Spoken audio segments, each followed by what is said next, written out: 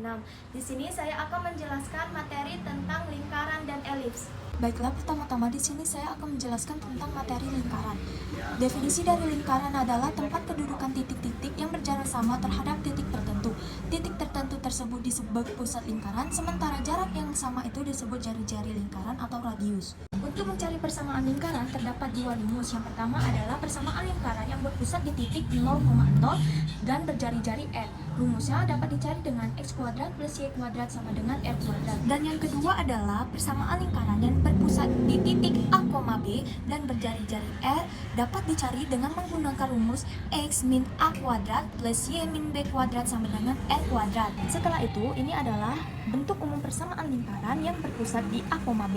Untuk mencari bentuk umumnya dapat digunakan rumus X kuadrat plus Y kuadrat min 2AX min 2BY plus A kuadrat plus B kuadrat min R kuadrat sama dengan 0. Sehingga rumus ini menjadi X kuadrat plus Y kuadrat plus AX plus BY plus C sama dengan 0. Rumus inilah yang dapat kita gunakan untuk mencari persamaan lingkaran yang berpusat di A, B.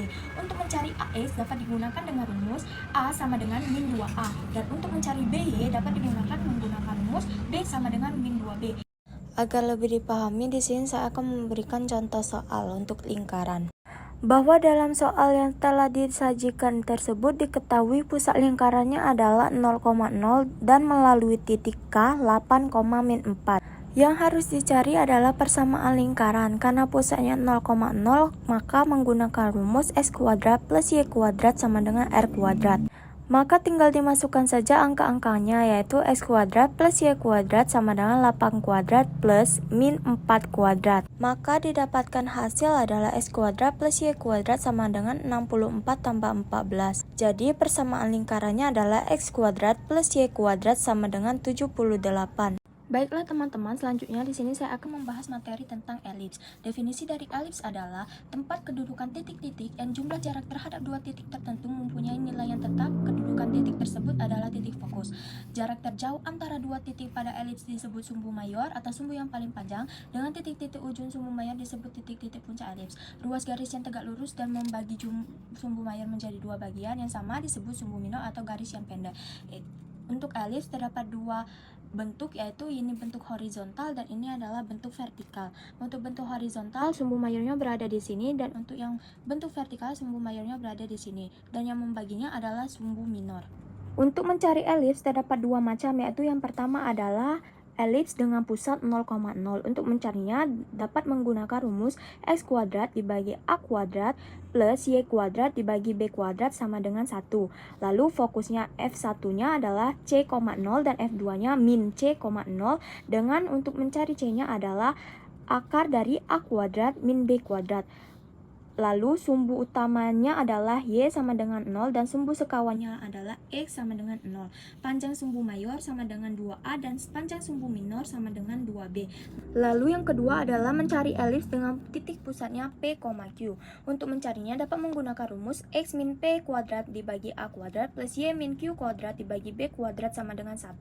Untuk fokusnya F1 P plus C, Q dan F2-nya P min C, Q. Lalu sumbu utamanya adalah Y sama dengan Q dan sumbu sekawannya X sama dengan P.